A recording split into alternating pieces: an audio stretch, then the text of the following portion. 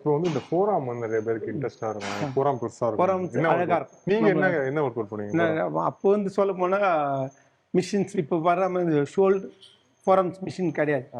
Rod dumbbells இல்லையே பண்ணலாம். இப்போ நான் டம்பிள்ஸ் சொல்லி காட்டுறேன் பாரு.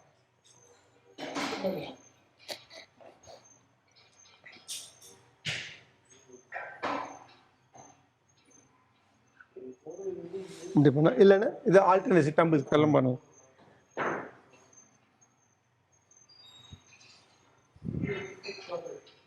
இது ஒரு எக்ஸசைஸ் பண்ணலாம் சரிங்களா. அதுக்கப்புறம்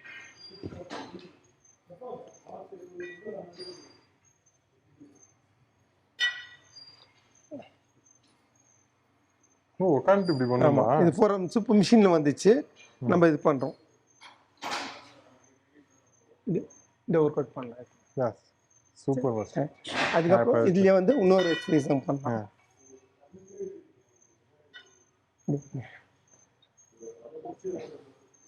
ரிவர்ஸ்.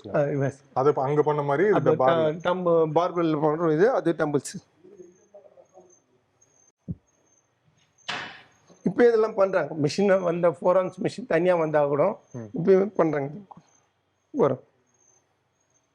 அதுக்கப்புறம் இதுலயே வந்து இன்னொரு எக்ஸசைஸும் பண்ணலாம். ரிவர்ஸ் கால்.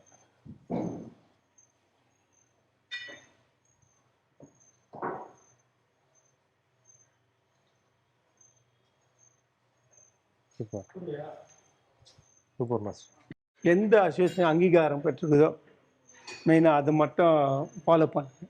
என்னென்னாக்கா காம்படிஷன் பண்ணுறதுன்னு சொல்லிட்டு எல்லா இடத்துலையும் போய் செய்கிறாங்க. அவங்களுக்கு வந்து ஃப்யூச்சர் இல்லாமல் போயிடும்.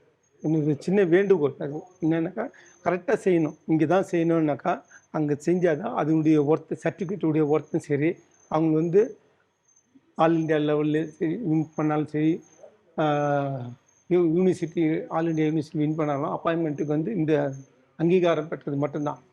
எங்கள் அசோசியேஷன் தாபா அசோசியேஷன் ஐபிபிஎஃப் அசோசியேஷன் இருக்குது. இது மூலமாக பண்ணால் மட்டும்தான் வேலை வாய்ப்புகள் கிடைக்கும்.